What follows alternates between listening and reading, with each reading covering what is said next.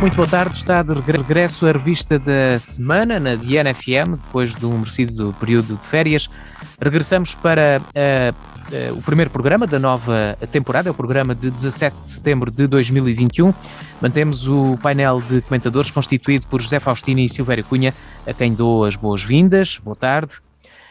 Ora, avançamos já para os temas que marcaram as últimas semanas. Na ausência da revista da semana é impossível tratarmos de todos os assuntos e analisarmos todos os assuntos que aconteceram nestes 2 meses, cerca de 2 meses de férias.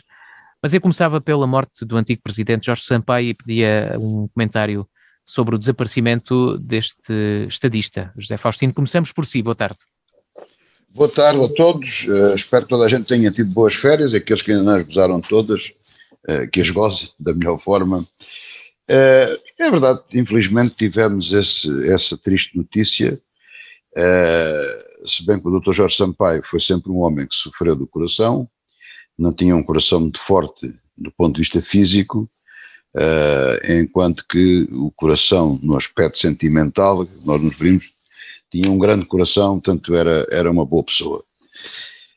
Eu tive o prazer e a honra de o ter conhecido pessoalmente, lidei com ele em várias circunstâncias, antes de ser presidente e depois de ser presidente. Curiosamente, depois nunca mais nos encontramos, mas não posso dizer que o conheci muito bem, mas tive algumas horas de convívio com ele, tudo somado, e a recordação que guardo do presidente Jorge Sampaio é esta, e como consigo comparar o presidente do ainda não presidente, claro que fui apoiante dele na campanha, à presidência e tudo isso, é esta, o Dr. Jorge Sampaio era uma pessoa que mantinha sempre o mesmo nível, quer dizer, é quase a antítese daquilo que nós hoje vemos muito aí.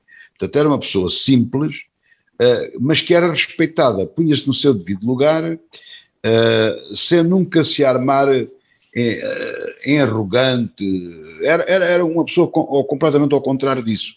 Portanto, era uma pessoa acessível, que era respeitada, não tinha que levar a voz, não tinha que puxar dos galões, nada, absolutamente nada, que portanto falava de igual para igual com toda a gente.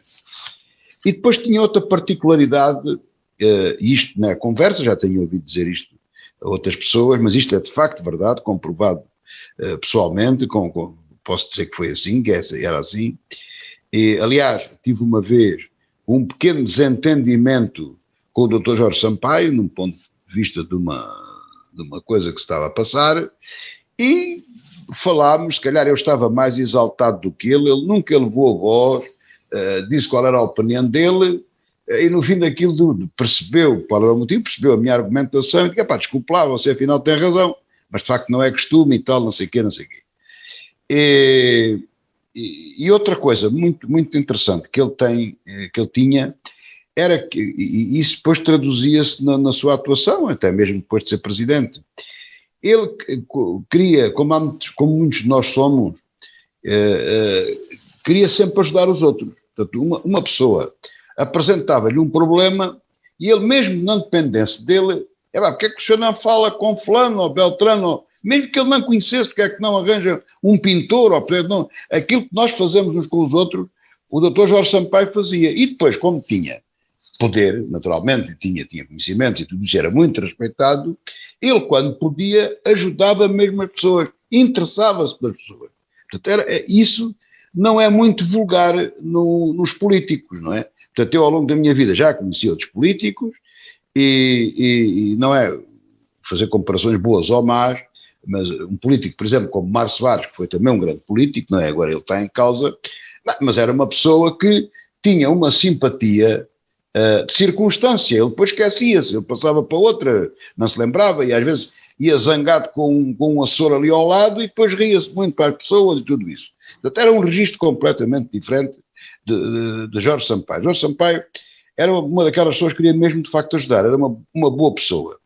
E isso fez dele, estou eu convencido, para a maioria dos portugueses, se hoje fizéssemos um inquérito, é claro, dos presidentes que já foram, não, sem entrar o atual presidente, porque isso é sempre difícil comparar, ainda não acabou o mandato, estou convencido que a maioria dos portugueses diria que Jorge Sampaio foi o melhor presidente da República. Porque a nossa República tem aquela particularidade que aqui temos falado várias vezes, de ser uma espécie, o nosso Presidente da República é uma espécie de Presidente-Rei. Isso está-se hoje a verificar com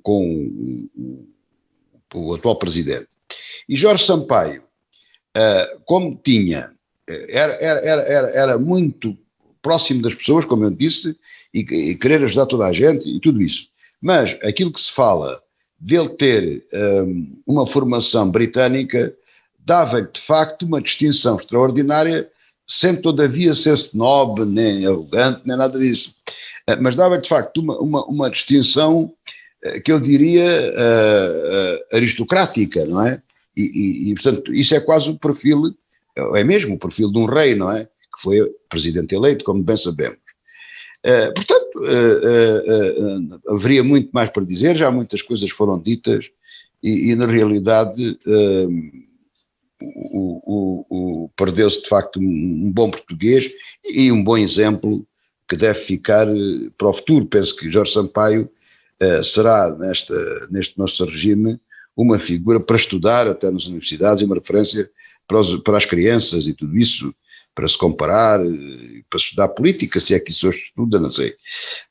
E não estou a exagerar de forma nenhuma. Eu acho que a história, há a história recente e a história mais longa, mas é muito importante para formar a sociedade. Penso eu, não sei bem o que se passa nas escolas, mas penso que é muito importante.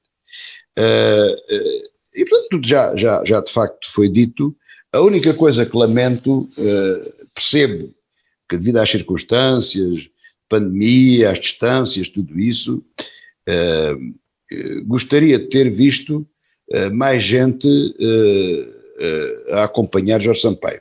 Eu próprio não me desloquei a Lisboa, faço aqui a minha confissão, justamente porque tenho moderado um pouco em acompanhar funerais, mesmo de outras pessoas aqui não tão conhecidas, devido à situação de pandemia. Continuo cá com as minhas reservas e com os meus confinamentos. Para terminar, José Faustino. E com bastante pena não fui ao funeral. Mas tinha pouca gente, mas foram as circunstâncias e isso também tem pouca importância. Foi respeitado e teve um funeral de Estado como merecia, na qualidade de presidente e sobretudo como homem. Muito bem. Silvério Cunha, boa tarde, bem-vindo também. Antes de mais, boa tarde também a todos os ouvintes e aos meus companheiros aqui de painel. Pois, Jorge Sampaio foi também, quanto a mim, o melhor presidente que tivemos. Ele foi um presidente que há uma coisa que pouca gente se lembra, mas ele foi dos poucos políticos que idealizou, digamos, para a sociedade portuguesa, um conceito que ele uma vez exprimiu e que é um conceito que eu não ouvi noutros presidentes. Era transformar Portugal numa democracia avançada, como ele dizia. Portanto, era aquilo que se chamava, digamos assim, era o sonho dele, era esse, o que quer dizer que seria avançada em aspectos tecnológicos, sociais, em aspectos económicos, em aspectos de inovação, em aspectos culturais, etc. E esta era a ideia dele. E é uma grande ideia porque, de facto, não é por acaso que ele é o único político que falou no assunto, basicamente, e depois nunca mais falou no assunto e deixou-se perder e cair, e hoje ninguém fala nisso, que é um sintoma, a meu ver, aliás, de inferioridade política. Devo também dizer que concordo com o José Faustino num ponto que eu achei curioso. O Jorge Sampaio era uma pessoa também muito afetiva e era uma pessoa que há muitos exemplos, aliás, contados sobre ele, sobre casos concretos que aconteceram. Eu recordo aqui um exemplo, que foi contado por ele numa das suas últimas entrevistas e um caso que eu vi na televisão. Quando foi do caso da ponte entre os rios, o presidente dele foi lá ver o desastre, não é? O que se passou.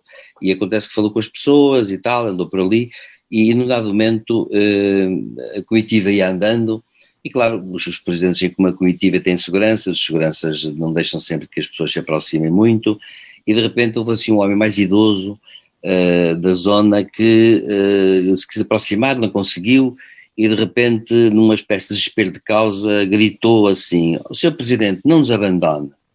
E Jorge Sampaio, que ia andar, para como se de repente tivesse acontecido qualquer coisa, olhou para trás, viu o homem, foi a correr ter com ele e deu-lhe um grande abraço. E isto mostra que, portanto, ele tinha esse tipo de coisas, de reações. Um outro exemplo que é clássico, que ele contou, e quando lhe deram um exemplo, que lhe perguntaram o que é que ele achava de o que era uma manifestação a sério de agradecimento para ele contou que um dia, já de noite, num período, digamos, talvez de inverno, sai da Câmara e estava cá fora uma mulher com um filho, a dizer que tinha sido posta fora porque era um bairro de lata, tinham sido derrubadas o sítio onde ela vivia, e ela naquele momento não tinha sítio para onde ir, e eram uns 19 horas e tal. E acontece que trabalhava, uma mulher que trabalhava, e nem sequer tinha marido, nem nada, e acontece que ele imediatamente fez uma coisa, que foi arranjar naquele momento, ainda chamou pessoas da Câmara e disse: arranjem lá o problema desta senhora, que vai ter que durante uns tempos ficar hospedada num sítio qualquer, e a coisa foi assim resolvida. Bem, lá resolveram a questão depois de forma mais permanente, e ele contou que 2 anos depois, um dia à saída da Câmara, estava essa mulher, enfim, naturalmente uma pessoa com rendimentos que não eram grandes, estava à espera dele e perguntou-lhe se recordava dela, daquele caso. Ele disse que sim, recordava-se, e ela disse que vinha-lhe agradecer ter resolvido o problema e que vinha oferecer-lhe aquilo que podia oferecer, que era um ramo de flores, um pequeno ramo de flores colhidas sem ser compradas. E o Jorge Sampaio, na entrevista, disse: bom, isto é aquilo que eu mais me lembro e aquilo que nunca me esquecerei. Porque, afinal de contas, uma pessoa que 2 anos depois de ver um problema seu resolvido, se lembra de ir esperar depois do emprego e ficar à espera do Presidente da Câmara para lhe oferecer um ramo de flores que ela colheu talvez no caminho, uma pessoa dessas, para lhe agradecer, como forma de agradecimento, uma pessoa dessas, de facto, é um gesto que vale mais do que um lingote de ouro. E, portanto, isto exprime muito a mentalidade do Presidente Sampaio e exprime, portanto, muito a ideia que ele tinha. E depois, eu achei também interessante, e para acabar, outra manifestação curiosa. Ele era aquela ideia de que ele era uma pessoa que ouvia toda a gente, mas depois tomava decisões, e quando as tomava, ele não mudava. Ficou célebre aquela intervenção dele em inglês, que foi na atribuição do Prémio Nobel ao Dom Simões de Bello, e acontece que ele, de facto, naquele momento, hoje sabe-se que geopoliticamente ele encostou efetivamente a Indonésia, os argumentos do embaixador indonésio, ao falar, digamos assim, na CNN, e foi ele que, de facto, também é bom dizê-lo, embora Guterres e Durão Barroso tenham tido um comportamento exemplar na crise timorense, ao ponto de todos eles, os dois, acabaram por ir parar ao hospital, porque estiveram quase 15 dias sempre a falar dia e noite para todas as cadeias de televisão mundiais, porque é sempre dia em qualquer lado do mundo. Acontece que Jorge Sampaio foi aquela pessoa que realmente, ao telefone, convenceu Clinton a dar apoio a Portugal, quando antes os Estados Unidos apoiavam a Indonésia. E, portanto, isso para mim é, digamos, bem significado também de que ele tinha um poder persuasivo e argumentos políticos sólidos que convenceram a superpotência a dar um encosto à Indonésia. A Indonésia, de facto, cedeu completamente a partir desse momento. E isso explica uma coisa que os ouvintes talvez não saibam, mas acontece que o caso de Timor, que foi resolvido em 3 semanas, é considerado um caso internacionalmente raríssimo, porque quando se levantou a questão de Timor, disseram que, na melhor das hipóteses, demoraria 7 a 8 meses a ser resolvido, e foi resolvido em 3 semanas. O que mostra muito da capacidade da diplomacia portuguesa, à cabeça da qual estiveram, como digo, esteve o Presidente Sampaio, embora naturalmente os líderes dos 2 partidos principais tenham dado um contributo muito importante também. Mas isto para dizer, portanto, que eu, apesar do Presidente Sampaio ter partido aos 81 anos, e nós acharmos que as pessoas devem ficar cá sempre o mais que se pode, a verdade é que eu penso o seguinte, eu continuo a pensar que partiu aos 81 anos, mas ainda não devia ter partido, ainda devia estar cá. E isso, portanto, enfim, digamos, é a minha homenagem ao Presidente Sampaio, que de facto achei o melhor Presidente. Ainda cá fazia muita falta. É verdade. Avançamos para o próximo tema, olhamos para a situação no Afeganistão, depois dos Estados Unidos terem saído do país no passado dia 31 de agosto. José Faustino. Bom, este é um daqueles temas que dá pano para mangas. Isto era dado só para um programa, depois ali com o contributo do professor Silvério Cunha, mas depois eu dizia qual outra coisa. Isto era um programa com mais, sei lá. Bom, eu vou tentar resumir. Tentar resumir aquilo que me preocupa bastante e aquilo que nos deve preocupar a todos nós. O problema do Afeganistão e todos os problemas e todos os afeganistões devia ser, eu ando a dizer isto há muitos anos, devia ser uma situação encarada a nível internacional, no âmbito da ONU, claro, liderada pelos Estados Unidos, ninguém tem mais capacidade para fazer isso, pelo menos dos países do mundo livre. E se não houver capacidade na ONU, pois que se entende, não há parte. Agora, esta semana podia até ser tema de assunto, mas se calhar fica para outra altura, os Estados Unidos, a Inglaterra e a Austrália fizeram um acordo em que os franceses ficaram todos zangados, porque há ali um negócio de submarinos, mas eles entenderam que são precisos submarinos nucleares e tudo isto por causa do Mar da China e tal, por aí adiante. Portanto, é possível, e uma coligação entre estes três países é coisa séria, não é? Portanto, se somarmos aqui o Canadá e não sei se me estou a esquecer assim de mais algum. A Índia. A Índia, mas a Índia, sim, a Índia em termos, costuma dar sempre um bocado de força às coisas, pelo menos em homens, não é? Mas uma coisa destas, uma coligação destas tem muito poder a nível mundial. E isto devia ser encarado no sentido de, em países como o Afeganistão, onde há pessoas que têm sido ao longo dos anos tratadas, eu nem sei que nem condições são, tanto aqueles fundamentalistas em que o Estado Islâmico também usa isso, é uma coisa inqualificável, portanto eu nem sei qualificar isso. Ora, isso ultrapassa tudo. Se me vierem dizer que a Venezuela, o país tem liberdade para fazer aquilo que entende, um estando de um lado, outro estando do outro, há justificação para uma intervenção internacional? Talvez, mas pode também haver opinião contrária, quiçá a Coreia do Norte.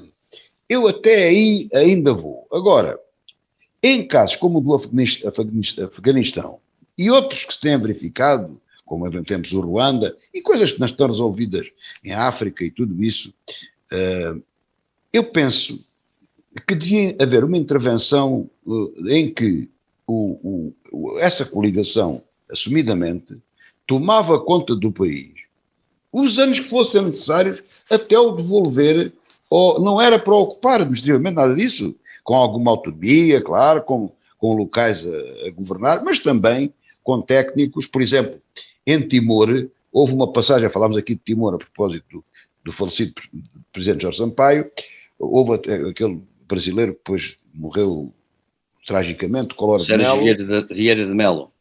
Vieira de Mello. Sérgio Vieira de Mello. Sim, o Collor de Mello era outro. Esse homem fez a transição. Portanto, havia um governo já misto, mas com a supervisão dele. Ou seja, este tipo de situações deviam ser assim resolvidas.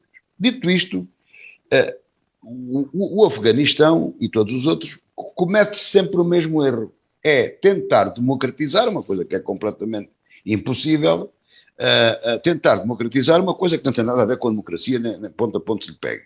Ou seja, arranjar um governo, arranjar exército, treinar aquela gente toda para mudar aquilo. Claro, não muda nada. O que é que se verificou? Previam, na pior das hipóteses, 3 meses para os talibãs tomarem conta daquilo, ou 3 anos, ou 1 ano, ou 2 anos. Foram 3 dias. Passaram-se todos para os talibãs, e aquilo era tudo talibã. Agora, vamos ver a origem disto.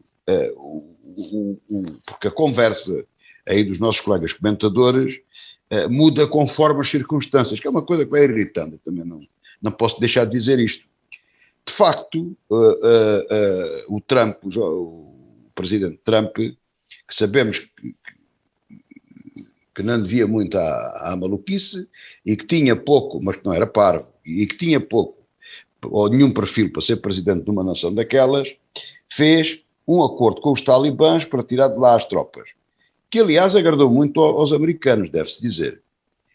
Mas o atual presidente democrata não alterou o acordo. Levou-o para a frente e executou. Só com um problema. Mal. Péssimo. Horrível. A gente não sabe o que é que Trump faria. É uma coisa que nunca se consegue saber na história. A história só tem um caminho, não tem dois. Não podemos andar para trás para ver. Vou fazer vários ensaios. Nem especulo se acho que seria melhor, seria pior. Não vou por aí. Agora, a retirada do Afeganistão, liderada por Biden, uma tragédia completa, um erro completo. Portanto, um falhanço tremendo.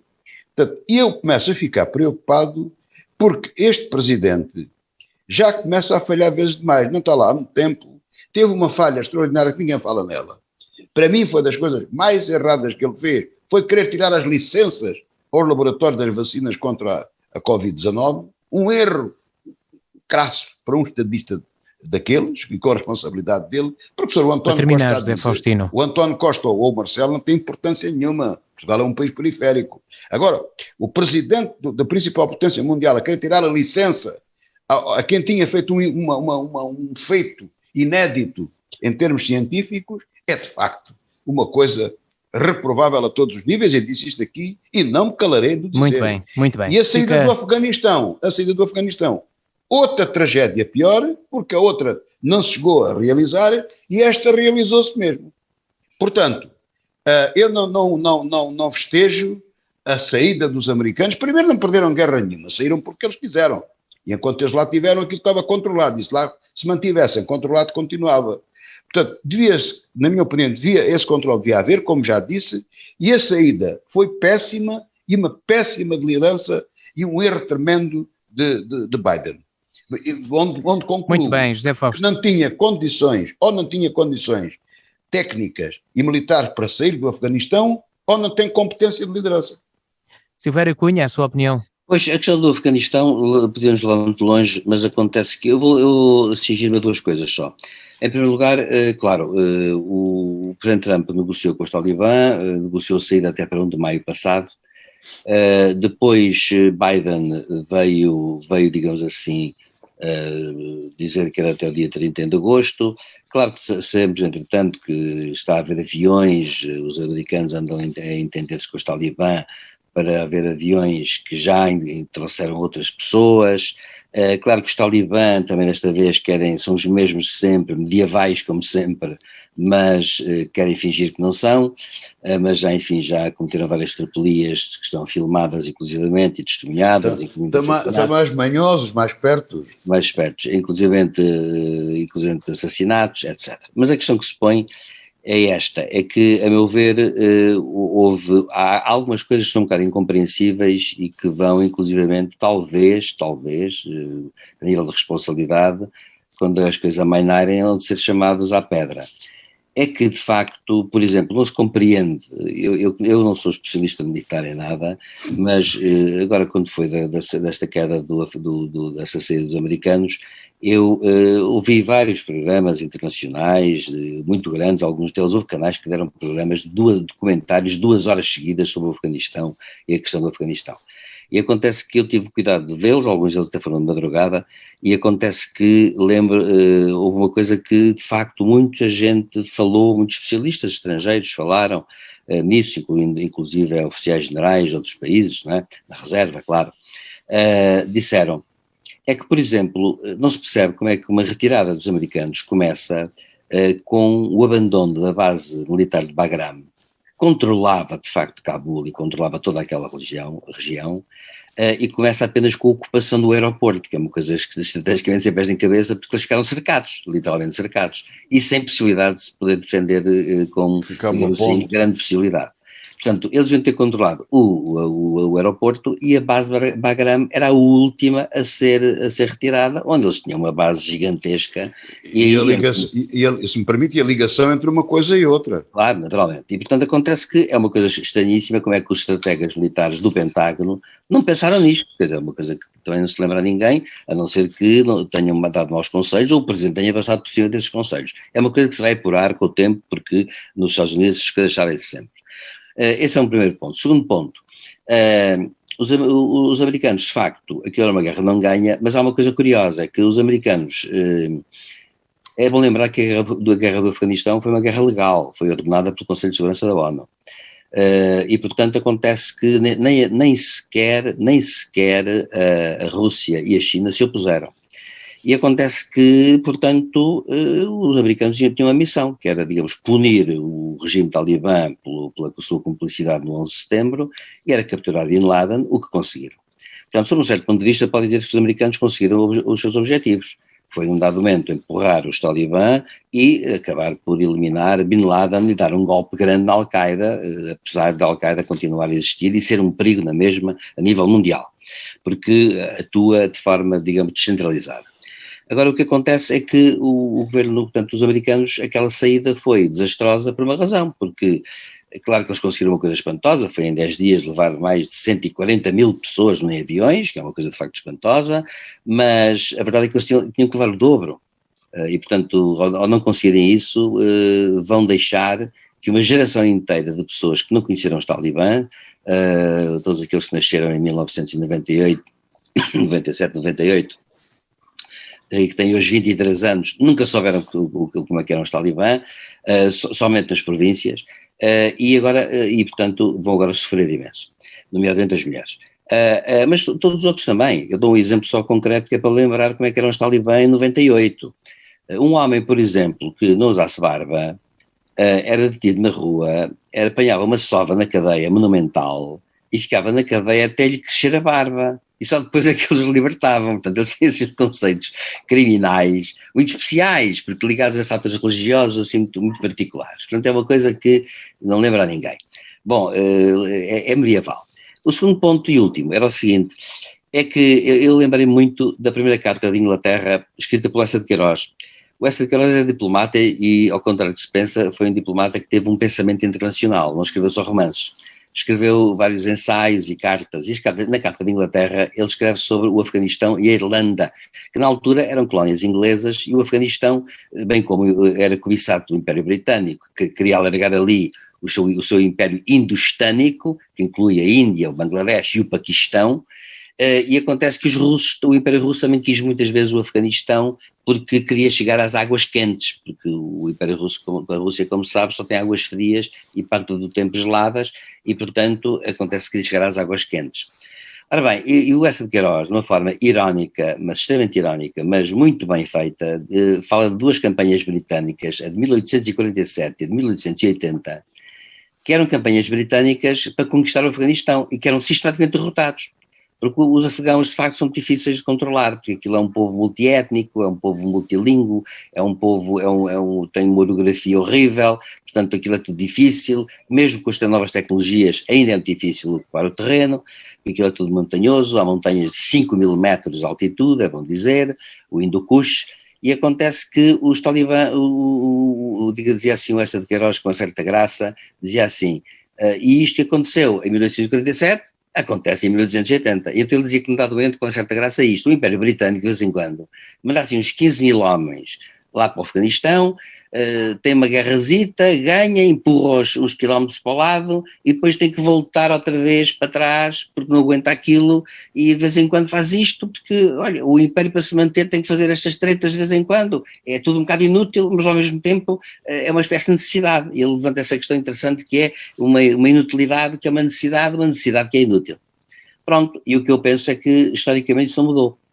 Aliás, há um grande colaborador da administração americana, Philip Gordon, que escreveu agora em 2020 um livro bastante importante, que é intitulado, em tradução agora minha, Perdendo o Jogo Longo, Losing the Long Game, em que examina as políticas americanas em muitos aspectos do ponto de vista internacional e diz, os americanos quando se metem em qualquer coisa demoram muito, a partir de um certo momento, começam sempre a perder, quando demoram no tempo.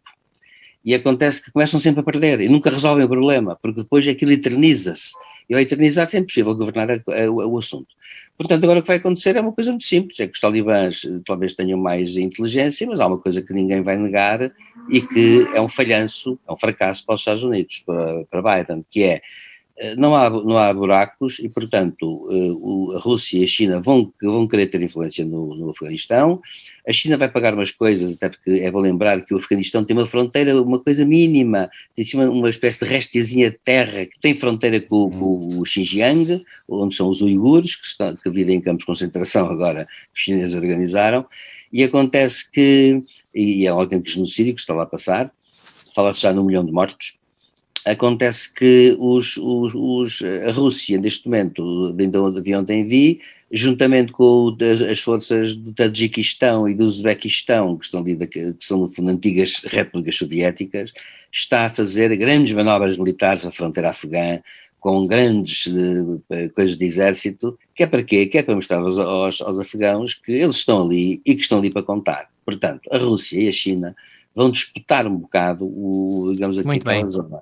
E só para terminar que, portanto, os americanos, esta resposta de Biden com a nova aliança, que é uma aliança inteligente de facto, no entanto é a resposta que é uma tentativa de responder a este fracasso, por isso é que ela é tão rápida, e é uma resposta inteligente, indiscutivelmente, vamos ver se dá frutos, não dá, mas que esta saída, sobretudo do ponto de vista humano, retirou credibilidade aos americanos, porque assim, os americanos agora tentaram safar toda a gente que colaborou com eles. No fundo tentaram safar as pessoas que viviam na bolha de Cabul, que era a bolha mais ocidentalizada, o resto vivia a mesma na Idade Média. Mas é a questão do desenvolvimento. Eles não desenvolveram, não tiraram um país da corrupção, é um país de corrupção endémica, senhores da guerra, é um país feudal, completamente feudal, e portanto em suma acontece que... Para terminar, professora, ao não conseguir... Já vai com uma intervenção de quase 10 minutos. Então pronto, vou acabar dizendo só que ao conseguir não retirar as pessoas que pelo menos colaboraram com eles, e foram de muitas, porque em 20 anos são mesmo muitas, e isso deviam ser umas 200 e tal mil, ao retirarem só 120 mil, 140 mil, acontece que são responsáveis morais por tudo o que acontecer aos outros. E acontece que ninguém mais vai acreditar nos Estados Unidos quando eles quiserem fazer uma intervenção de longo prazo ou de médio prazo, porque a gente vai ter medo deles. Porque quem colaborar com eles, colabora, portanto, arrisca-se a ver a cabeça 10 anos depois cortada. E este é o problema que se levanta para já, enfim, independente de outras questões complicadas que o Afeganistão levanta. Falamos agora da ameaça dos negacionistas. O episódio mais recente foi no passado fim de semana, com o Presidente da Assembleia da República, Eduardo Ferro Rodrigues, que foi ofendido. Eu perguntava a opinião a José Faustino se a resposta das autoridades e da Justiça sobre este caso tem sido a melhor. Não, vamos lá ver, eu preferia começar por outro lado, mas posso responder já diretamente a isso. Eu acho que começou logo mal a resposta do próprio Eduardo Ferro Rodrigues. Portanto, eu acho que o Dr. Ferro Rodrigues, enquanto pessoa, devia apresentar uma queixa, enfim, melhor assessorado, porque eu não percebo nada disso, e ele, não sei se é de direito, não é? Então não é, mas devia-se informar, porque desde logo ele foi ofendido pessoalmente. E depois, mais grave do que isso, foi a figura do Presidente da Assembleia da República, que é a segunda figura do país. E aí já é um problema do Ministério Público e um problema das autoridades. É evidente que, penso eu que houve ali crimes, eventualmente foram ali cometidos crimes, e isso tem que ser julgado. Portanto, isso tem que ser julgado e quanto mais depressa melhor. Portanto, eu acho que as autoridades nestas coisas e a Justiça, que são muito céleres em determinadas coisas, poucas, mas são muito lentos em todos estes processos, porque isto tem que mostrar coisas, tem que ter uma atitude exemplar. Eu disse que comecei ao contrário porque, em primeiro lugar, eu queria dizer que eu não gosto muito do termo negacionista, porque agora, quando alguém discorda de outro, é negacionista de tudo. Eu não gosto disso. E eu acho que toda a gente tem direito a expressar a sua opinião e dizer aquilo que quer e lhe apetece, desde que não prejudique a liberdade dos outros. Eu acho que a Terra, que é redonda, que é uma esfera, como todos nós sabemos e conhecemos, há quem diga que é direita, que é uma espécie de um bocado de queijo que anda ali no espaço, com uma pedra, com uma parede a encher lá à volta, uma coisa estapafúrdia, que eu já vi um desenho daquilo que eles dizem. Aquilo não faz sentido absolutamente nenhum. Mas, ponto. Têm direito a dizer isso. Têm direito a dizer que as vacinas que fazem crescer os calos. Têm direito a tudo. Isso, a liberdade de expressão está instituída e tenham a santa paciência. As pessoas podem dizer aquilo que quiserem. Também se podem manifestar contra isto, contra aquilo e contra aquilo outro. Aliás, aquela manifestação que eu achei uma graça tremenda, que era os tipos de máscara para se protegerem contra os outros que estavam vacinados. Dos outros que estavam vacinados. Isto é ridículo, na minha opinião, claro, mas eles podem fazê-lo, desde que não violem a liberdade dos outros. Ora, o que está a acontecer, tudo nos indica isso, é que estão a violar a liberdade dos outros. Estão a cometer crimes, ofendendo a segunda figura do Estado. Isso não pode ser. Num Estado de Direito isso não pode ser. Infelizmente há muitas outras coisas que não podem ser, mas que são. Mas eu espero que isto se tenha mão no assunto. Isto, para finalizar, é um veneno que estamos a provar, que muitos de nós, eu não me incluo porque não dei para esse peditório, o semeámos. Portanto, fomos nós que começamos com este veneno. E o veneno foi, primeiro, a bagarra total na internet, as redes sociais, tudo uma maravilha. Até os jornalistas tiveram culpa nisso. Eu não tive, considero isso. Tenho combatido isso sempre. Eu não tenho rede social nenhuma, nem defendo isso. E defendo que nem fontes de informação são. Anda sempre a dizer isso aos colegas, estou farto de bater isso. Em todo o lado posso dizer isso. Mas as redes sociais são promovidas nas rádios, nas televisões, nos jornais, são os jornalistas também a meter lume na fogueira, ofende-se, mente-se, tudo com uma facilidade impune, sem chatice absolutamente nenhuma, e até com promoção. Há um programa de televisão para analisar se é verdade ou mentira o que se passa nas redes sociais. Isto é o fim da picada. Isto é um veneno do pior. Depois, há um problema muito mais grave do que este e que está na origem disto tudo, que é o seguinte. Há uns anos atrás, quando eu e o professor Silvério Cunha éramos rapazes mais novos, se me permite, que ainda hoje cá estamos para dar uns saltos, se eu preciso, e fazer umas corridas e umas coisas, mas quando éramos um bocadinho mais novos, mais jovens, havia duas coisas muito importantes na vida das pessoas. Havia a fé, quem acreditava em determinadas religiões, e havia a crença, não sei bem o que é de chamar, portanto, a aceitação de determinados princípios ideológicos. Estas duas coisas tinham muita importância na vida das pessoas. Ora, o que é que aconteceu? A fé mantém-se e até se intensificou. Falámos há pouco de fundamentalistas islâmicos, também há fundamentalistas cristãos e de outras religiões e por aí adiante. Portanto, a fé numa crença, num ser superior, a fé religiosa, lacto sensu, essa manteve-se. Mas as ideologias perderam-se. Porquê? Porque apenas uma, eu juro que não é com intenção provocatória, apenas o liberalismo / capitalismo, para ser mais abrangente, provou que funciona. Mal, mas funciona. Portanto, é como dizia o Churchill, é a pior delas todas, mas é má, mas é menos má. As outras não funcionaram. Portanto, nem convencem ninguém. Quer dizer, ninguém se sente atraído por aquilo. Só pessoas com complexo de esquerda, que estão muito bem na vida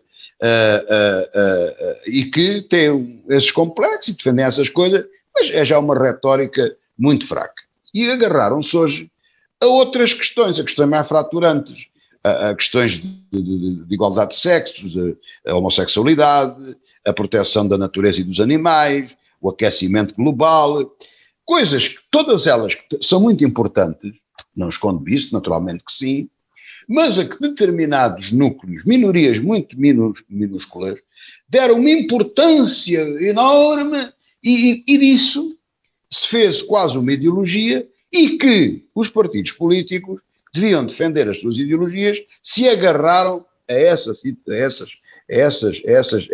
lutas. E agora dá-se um fenómeno que, claro, isto normalmente, sabemos, a vida é equilibrada, quando sai de um lado entra no outro. O mundo, a natureza é muito equilibrada. E quando começa a haver radicalismo, vamos dizer, de esquerda, ainda com substituição ideológica daquilo que se defende, provoca reação contrária do lado direito. E daí que também se está a verificar, por exemplo, em Portugal, partidos como o Chega e tudo isso, que, tanto quanto sabemos, não têm provocado ainda ações de violência, nem nada disso. Esperemos que isso não aconteça. Mas é um afloramento do radicalismo da sociedade que se está a verificar. E isto é extremamente perigoso. Eu não quero aqui fazer paralelismos, nem quero meter mais achas na fogueira, mas quero lembrar o seguinte, é bom porque às vezes as pessoas esquecem-se da história.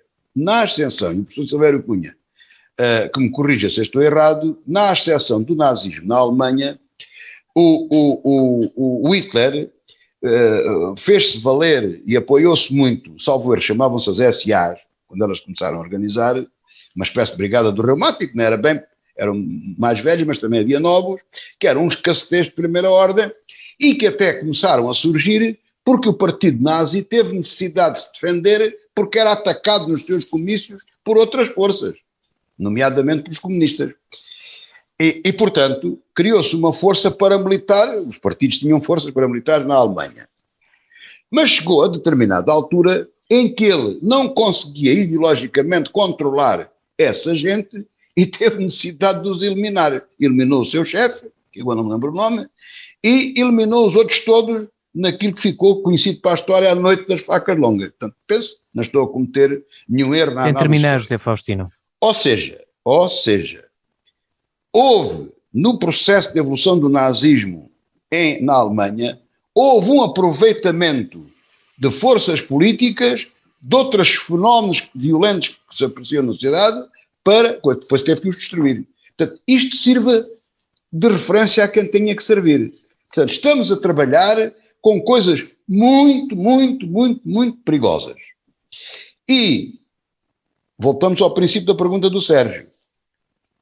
Se as autoridades, e eu não acredito que tenham, digo já à partida, não tiverem capacidade para atuar com a brevidade e com a força que a lei exige, não é preciso fazer leis novas, vamos para um caminho muito perigoso. Pela primeira vez, eu estou preocupado com coisas que vejo na nossa sociedade. Muito bem, muito bem. Silvério Cunha. Bom, eu acho que eu vou pegar por um outro ponto. Eu acho que a questão começou primeiro com o Almirante, não é? Aquelas pessoas que o insultaram e lhe deram uns encontrões. Qual é que o Almirante, o vice-almirante, melhor dizendo, tem 2 metros de altura e foi submarinista e, enfim, é ginasticado. E não fugiu, ele enfrentou-os. Enfrentou-os, respondeu-lhes a mesma moeda e, enfim, agora, claro, tem polícia armada atrás dele. Mas acontece que o que se passa também... Mas, professor, desculpe lá interrompê-lo. Está a haver outro erro, outro mau sinal do regime. O Almirante devia ser protegido por fuzileiros navais. Ele é militar. Claro, e houve uns indivíduos que atacaram e ofenderam um militar, um almirante.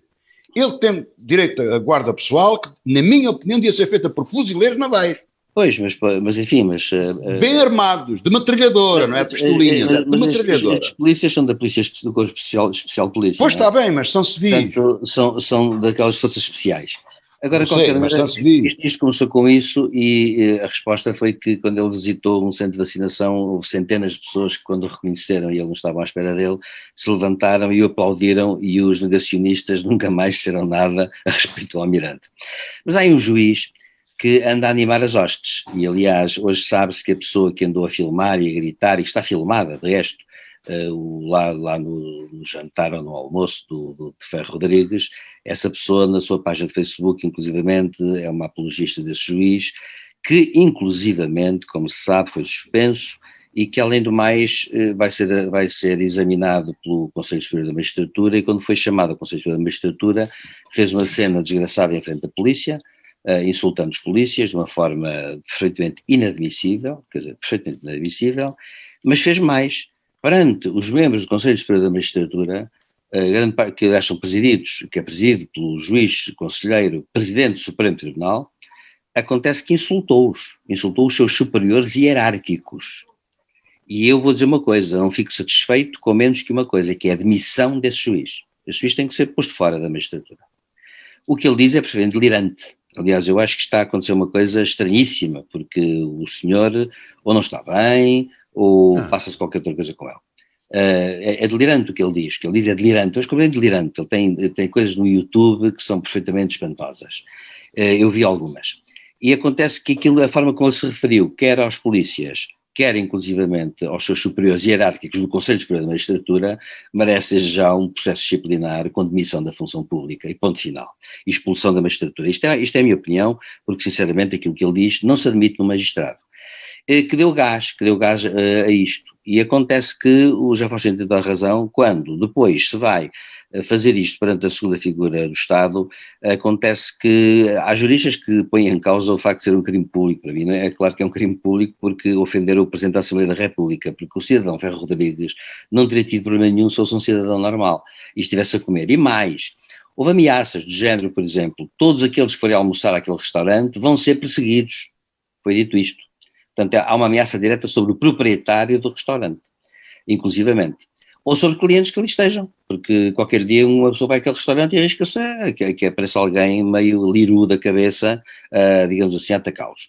Portanto, acontece que isto é de pessoas que não estão bem, na minha opinião, aliás... Mas aí pode até reverter o crime de terrorismo. Sem dúvida. E acontece que eu acho que até está a acontecer uma coisa no nosso país que nós não demos aqui importância e destes dias no programa falaremos. Há cerca de 54% dos jovens que estão com problemas psicológicos e eu estou convencido que a pandemia mental vai ser agora muito grande a seguir à pandemia propriamente dita da doença. E portanto eu julgo que vai haver muita coisa, digamos, a sociedade portuguesa ficou marcada, como todas as cidades ficaram marcadas com isto. Isto aconteceu também a seguir com a gripe espanhola. Infelizmente é sempre assim, porque os seres humanos são humanos e portanto não são capazes de mais nada.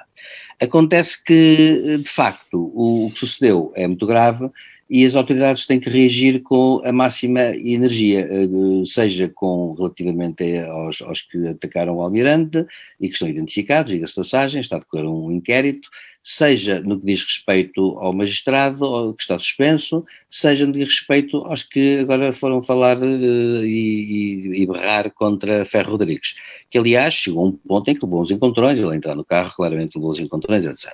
Portanto eu julgo que isso é uma coisa que é importante, digamos, atuar, e que, por exemplo, na Alemanha, isto é para dar apenas um pequeno exemplo, na Alemanha não tem havido culpa espécie nenhuma. Nesses países, por exemplo, há repressão. O Estado democrático de direito não é dizer o que nos apetece. Tudo tem limites, todo o sistema político tem limites. A liberdade de expressão tem limites. Nos Estados Unidos, por exemplo, eu posso dizer que o presidente Biden é burro, mas se eu disser num telefonema eu gostaria de dar um tiro ao presidente Biden, e se isso for escutado pelo FBI, é crime federal que me dá logo uns 15 anos de cadeia, à partida, logo.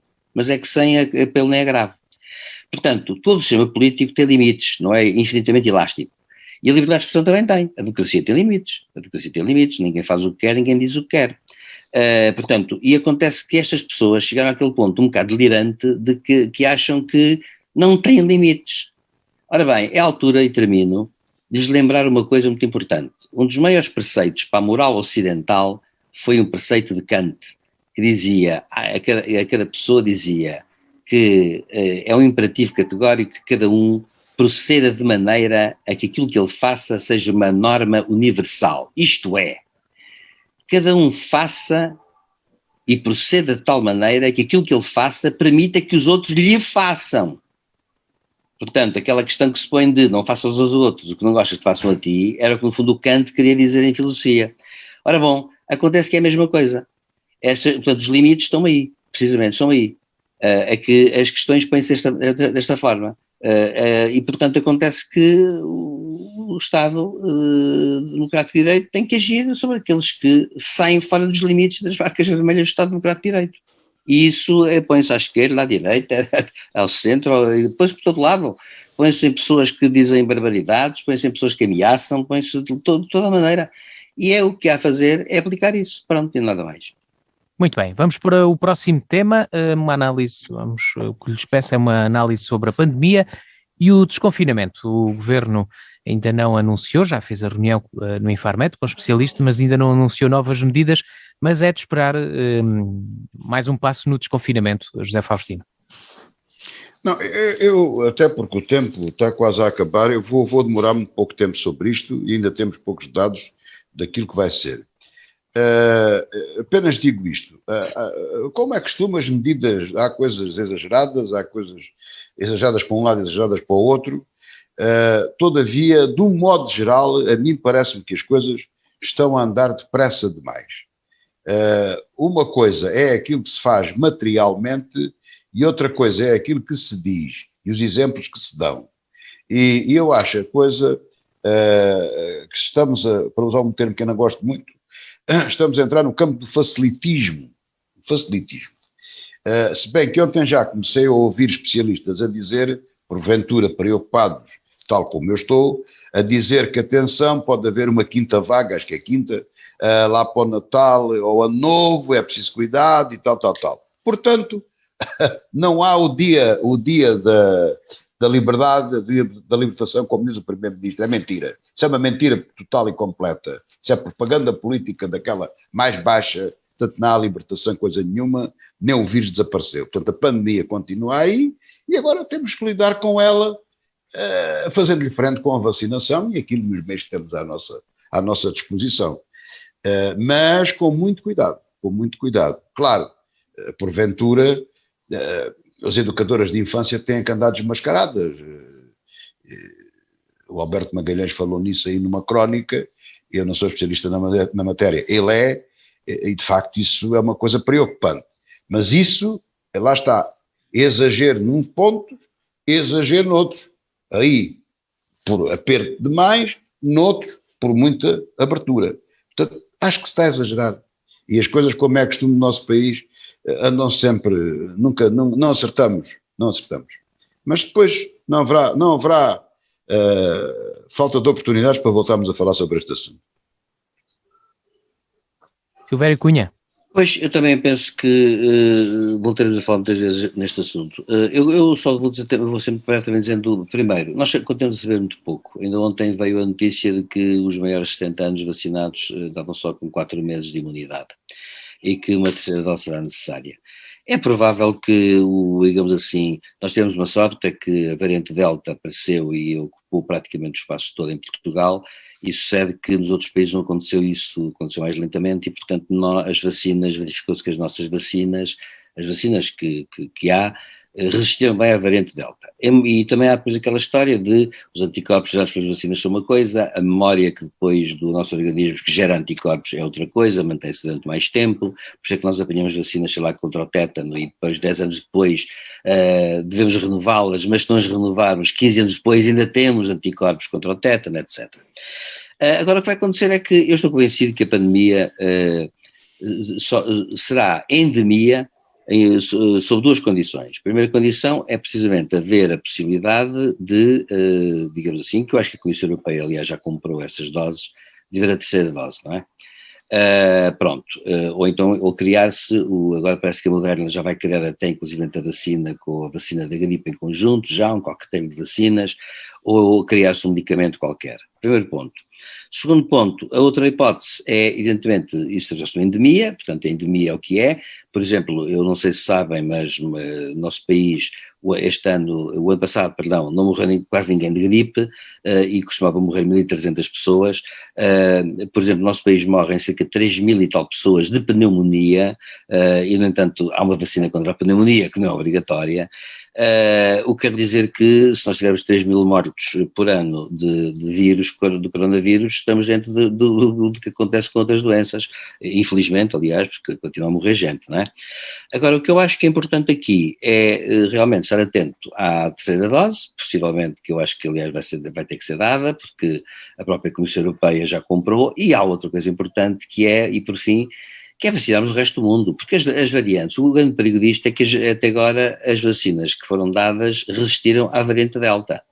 O pior é que se no resto do mundo que não está a ser vacinado, o vírus continua a sofrer centenas de mutações por dia, foi um cientista vários cientistas já disseram isto, o coronavírus sofre centenas de mutações por dia, das quais 99,99 morrem, acontece que se houver uma que resista, voltamos à estaca zero. Porquê? Porque o mundo hoje é um mundo aberto, onde há comércio, onde há transportes, onde há troca de tráfico digamos assim, de negócios e, portanto, gente que vai de um lado para o outro. Portanto, nós temos que, neste momento, aplicar a vacina a todo mundo, que é para nos protegermos, para que, de facto, haja uma endemia. Pronto. Isso é que é fundamental. E por isso a Comissão Europeia e os países, é bom lembrar que a África só tem 6% das pessoas vacinadas, enquanto que os outros países andam todos ao dentro dos 50, 60, 70, a Europa e as Américas 70, a América Latina está em 50 e tal para 60, a Ásia está também em 60 e tal, 70, sobretudo nos países mais evoluídos, e acontece que a África está em 6. Ora, a África tem centenas de milhões de habitantes, vai para os 1.000 milhões dentro de muito pouco tempo, e acontece que se nós não temos cuidado com isso, de facto, nós estamos perdidos e nunca mais vemos livros de vírus nenhuns, porque vai haver variantes sempre perigosíssimas, porque este vírus é mais perigoso que o da gripe. Pronto, as coisas como são. E acontece que, portanto, eu julgo que agora vamos poder falar nisso mais vezes, mas agora o importante é acabar a vacinação aqui, preparar uma terceira dose para as pessoas para já mais necessitadas e acionar em todo o mundo doses maciças de vacinação da população do resto do mundo, porque é fundamental. Eu ontem ouvi uma estatística que foi dada como certa e que eu admito perfeitamente. Em cada 15 pessoas internadas neste momento, 14 não estão vacinadas. São as pessoas que não estão vacinadas. 14 em 15. Portanto, é uma estatística muito forte. E de facto, embora haja casos de pessoas vacinadas que morreram, mas geralmente eram pessoas que tinham 90 anos e tinham outras doenças graves. E acontece que essas pessoas não resistiram, claro, evidentemente. E eu tenho uma tragédia mesma, morrerem essas pessoas. E, portanto, sinto isso mesmo como tragédia. Agora, o que eu acho que é importante é agora fazer isto. E por isso eu acho que nós ainda sabemos pouco, muito pouco. E sobretudo agora com esta história de que há pessoas que perdem de facto efeitos da vacina logo a partir de 4 meses, isto vai implicar que em janeiro, pelo menos, ou em dezembro, se comece a vacinar as pessoas que começaram a ser vacinadas mais cedo. As pessoas começaram a ser vacinadas em janeiro e fevereiro de março do ano passado. Muito bem. Próximo tema, eleições autárquicas. Estamos estamos a pouco mais de uma semana de irmos a votos para escolher quem queremos ver nas câmaras municipais e nas freguesias. José Faustino. Eu pensava até não falar sobre este assunto, mas o Sérgio meteu aqui e pronto, também parece mal não falarmos. Vou falar de um modo geral sobre esta questão das eleições autárquicas. E não quero falar justamente devido aos condicionalismos de liberdade e um exagero. Eu sou defensor, o professor Silvério Cunha já falou sobre a liberdade de expressão, estou de acordo com aquilo que ele disse. Eu disse de maneira mais simples que é um mito da liberdade, que é a liberdade dos outros, portanto é não fazer aos outros aquilo que não queres façam a ti, por aí diante. Mas as eleições, a democracia, sobretudo, é um regime de liberdade. E as eleições têm que estar em plena liberdade. Portanto, há umas regras completamente exageradas, interpretações da Comissão Nacional de Eleições completamente exageradas. Os candidatos não podem fazer propaganda das obras que fazem, não podem mostrar, etc. Está bem, se é a Câmara que paga, se não é a Câmara que paga. Há um grande exagero nisso. Depois, por exemplo, borram os pés todos na distribuição dos tempos de antena nas rádios, isso é da competência de alguns juízes que não querem obedecer à lei, que é uma coisa também estranha. O outro não deve estar bom da cabeça, mas a maior parte deles, felizmente, estão. Há coisas que não se percebem, portanto, todo este processo das eleições é uma coisa muito, muito confusa. O dia da reflexão, sim, tem que haver regras, mas tudo muito exagerado. Depois, em relação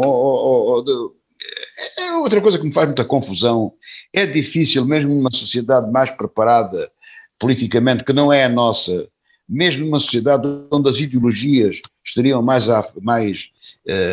ativas do que o que estão, como eu disse anteriormente, são candidatos a mais, são milhares de candidatos para as câmaras, para as assembleias municipais, para as juntas de freguesia, eu não sei, mas são milhares de candidatos, não é possível ter tanta gente preparada politicamente para isso. E depois, o que é que verificamos? Verificamos que são os casos menores, as rinchas, as questões até pessoais, são os que vêm ao de cima, as faltas de educação, tudo isso em debates, em coisas que vamos vendo por aí. Felizmente, não é o caso de Évora. Depois é a pobreza de propostas, não se discutem coisas execuíveis, discutem-se utopias. O país não tem dinheiro, tirando as promessas, e já lareiei, tirando as promessas do Primeiro-Ministro, não há dinheiro, tem que haver coisas razoáveis. Por exemplo, Évora. Évora está desarrumada, esteve sempre desarrumada. Era preciso arrumá-la. É como as nossas casas, há até quem gosta um bocadinho de desarrumação, mas tudo que é B. E, portanto, Évora precisa de ser arranjadinha, um buraquinho aqui, um buraquinho acolá, um bocadinho de limpeza ali. Já sabemos que uma cidade não é uma casa onde nós vivemos, mas para lá se chega, não é? E, portanto, isso são coisas menores que não são faladas, mas que são importantíssimas para a vida das pessoas. Por exemplo, dou um exemplo, Évora teve, como se costuma dizer, o Conselho de Évora, e a região teve, mas para mim a região de Évora é o distrito de Évora, não vou além disso, mas teve uma borregada de sorte, como se diz na gíria, extraordinária, porque coincidiram-se aqui duas coisas que pareciam impossíveis há uns anos atrás. A primeira é a concretização da construção do hospital. Tem tido muitas coisas, mas parece que vai mesmo para a frente. Construindo um bom hospital, um hospital central. E a outra é a aceitação, parece que está definido, de que vai haver, já está instituído, disse o professor há pouco, uma faculdade de medicina, uma escola de medicina. Escola de saúde. Uma escola de saúde, como se chama cá. Ciência da saúde. Ciência da saúde, e vai haver o curso de medicina. Portanto, com um bocadinho de sorte, temos um hospital de ponta, um hospital-escola em Évora dentro de alguns anos. Ora bem, eu não vejo os autarcas, os candidatos a autarcas, preocupados com o custo das infraestruturas do hospital. Eu conheço empresários que já estão a investir em estruturas para turismo de saúde. Ainda ninguém viu isto. Falam assim por alto. Ainda não perceberam a borregada de sorte que nos caiu em cima. O nosso clima, embora um bocadinho quente e frio no inverno, mas é ótimo. Aqui não acontece nada. O melhor que nós aqui temos é o clima. Não há inundações. Estamos a 200 metros, é um planalto. A 200 para terminar, metros de José Faustino. Portanto, temos aqui condições extraordinárias para ter aqui um bom serviço de saúde. Ora, o que é preciso? É preciso que venham bons médicos, é preciso que ativemos esses médicos.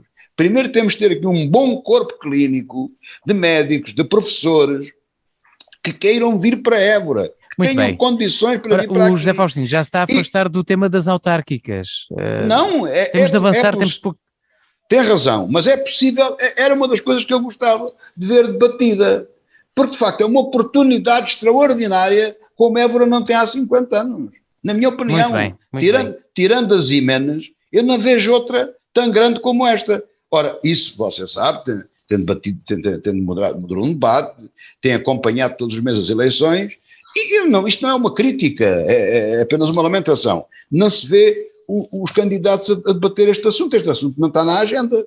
Se estou errado, diga-me. Portanto, isto para dizer e ilustra o meu sentimento de pena, já ficou clara a sua ideia. Desgosto de se baterem pouco as grandes ideias execuíveis. De facto, nós necessitamos nos Muito bem, Silvério Cunha. Pois eu vou falar só em geral. Eu tenho assistido alguns debates, quer dizer. Professor, deixa-me só dizer uma coisa. Eu vejo este exemplo de Évora apenas como exemplo, porque eu acho que no caso do Conselho de Évora é até do sítio onde as coisas estão a correr melhor.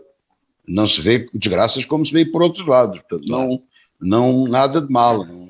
Eu tenho assistido a alguns debates de capitais de distrito que têm sido feitas, lá nos acabam, não a todos, claro, mas a alguns, e aqueles que têm assistido têm sido mais ou menos, portanto, completos. Agora, devo dizer que fico desiludido com eles por uma razão. Primeiro são as picardias, os pormenores, as insignificâncias. O problema que se põe com a política é que a política nacional ou regional tornou-se demasiado insignificante, porque as pessoas, de facto, e os Afonso têm razão, não falam de coisas que são muito importantes e possíveis, não é? E em contrapartida discutem depois problemas, digamos assim, que são às vezes até problemas procedimentais. Há candidatos que respondem, bem, mas aqui já está em concurso, já está contratado, então já está contratado, muito bem, então porque é que o outro não sabe? Mas se não sabe também é um erro, sinceramente, de quem está a dirigir a Câmara, que devia toda a gente saber, quer dizer, são coisas que, como eu digo, são insignificantes e que me parecem mais picardias, farpas, dirigidas uns aos outros, do que outra coisa qualquer.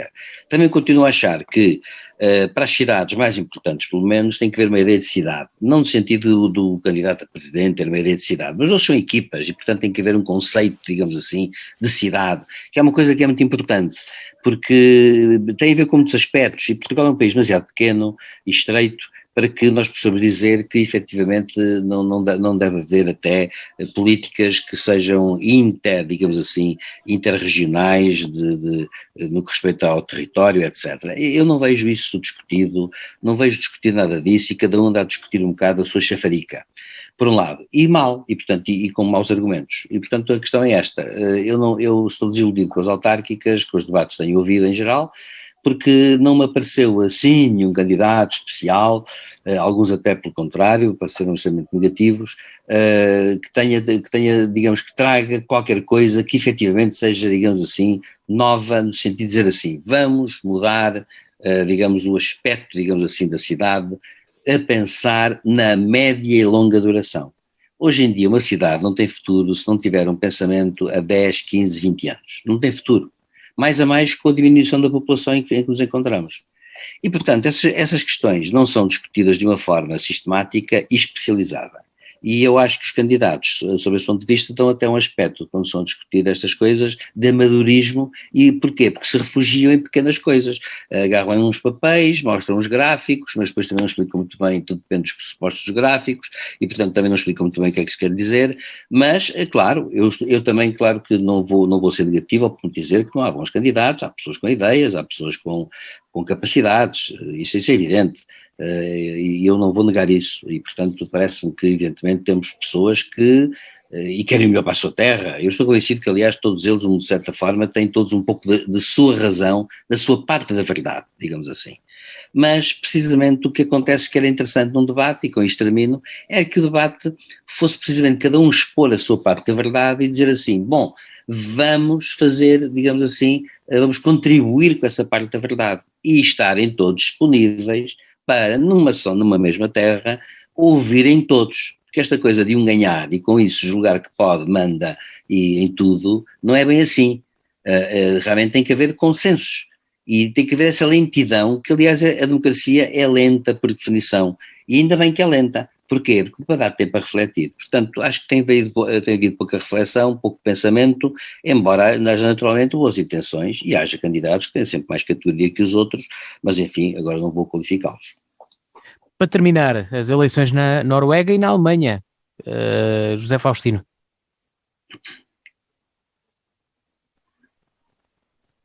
O tempo está muito, muito apertado, já passamos o tempo. Eu sobre a Noruega sei pouco, não vou falar sequer sobre isso.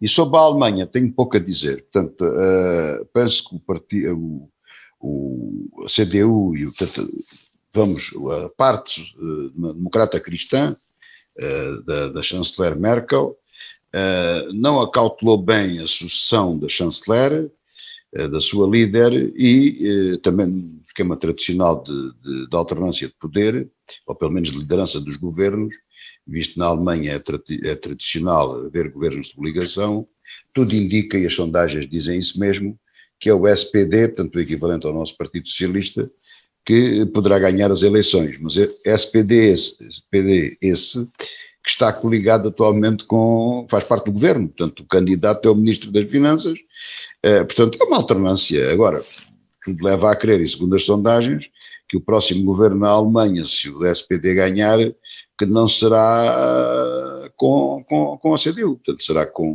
outros partidos mais à esquerda. Veremos, portanto não tenho muito mais a dizer sobre isso.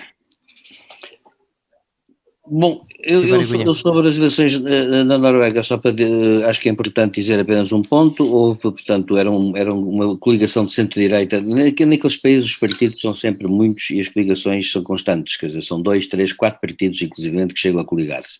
E isso é tido como normal, que é uma coisa que o nosso país não entra na cabeça de ninguém, mas é verdade que nesses países o normal é ver muitas coligações. Na Holanda também chega a haver 6 partidos, coligações de 6 partidos. Bom, o que significa que há muita estabilidade.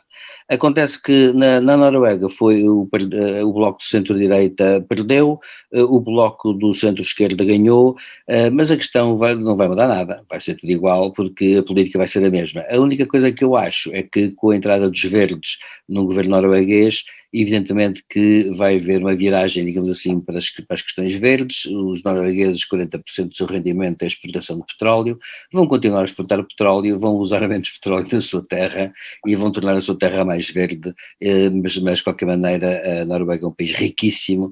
O que eles têm neste momento de, digamos assim, de acumulado fundo soberano vindo do petróleo, dá para aguentar os noruegueses, que são apenas 5 milhões, apesar de ter uma área igual à da Itália, mas são só 5 milhões e dá para aguentar os noruegueses de juros até o do ano 2200 e, portanto, não é por aí que as coisas morrem, portanto, eles são confortáveis. Quer dizer apenas quanto à Alemanha. Quanto à Alemanha, eu por acaso não estou bem certo, o José Faustino disse uma coisa com a qual concordo, mas outra com a qual discordo. De facto, a senhora Merkel, digamos assim, esteve 16 anos no poder. E claro que imitá-la é muito difícil, e ela não cautelou porque também não era possível imitar a senhora Merkel. Aliás, o engraçado é que o candidato socialista, o Scholz, é uma pessoa que imita a senhora Merkel, e por isso pode estar a ganhar graças a isso. Mas pode haver uma surpresa, a surpresa é esta, é que os verdes vão subir, mas acontece que a AfD, o partido extremista alemão, que teve 13% das últimas eleições, vai ser interessante ver que percentagem tem desta vez, mas há uma coisa importante, é que há um partido tradicional alemão, que sempre fez parte no pós-guerra, quando havia só 3 partidos, que é o Partido Liberal, é um partido que está entre o SPD e a CDU alemã, e esse partido pode estar a subir. E, portanto, até pode acontecer que seja um partido de charneira para uma futura coligação, onde já entraram, os liberais já entraram, quer com os socialistas, quer com os democratas cristãos, em coligações. E, portanto, eu vi uma sondagem que é bom lembrar que o FDP, que é como se chama, o Partido Liberal, lá chama-se Partido Democrático Livre. E acontece que o FDP, como é a sigla em alemão, que chegou aos 5%, está neste momento com sondagens a apontar para 12%. E se isso acontecer, é uma grande subida dos liberais. E se isso acontecer, eles tornam-se uns parceiros indiscutíveis para uma coligação. E, portanto, talvez aí a coisa, por conseguinte, até fique um bocado na mesma, para ser franco, sem mudar muito, porque os próprios verdes já não trazem grande novidade na Alemanha. Já governam Estados federados, com políticas que são muito já em coligação com os democratas cristãos, em alguns casos, e, portanto, a Alemanha já tem muita legislação, digamos, sobre questões de poluição e etc. E, portanto, é claro que não penso que vai mudar muito. São países muito estáveis e, portanto, eu julgo que vai haver uma, digamos assim, uma consolidação, digamos, do esquema político tradicional. E espero bem que sim. Muito bem. Chegamos ao fim da revista da semana. Regressamos 2 a 8 dias à mesma hora. Boa tarde, bom fim de semana.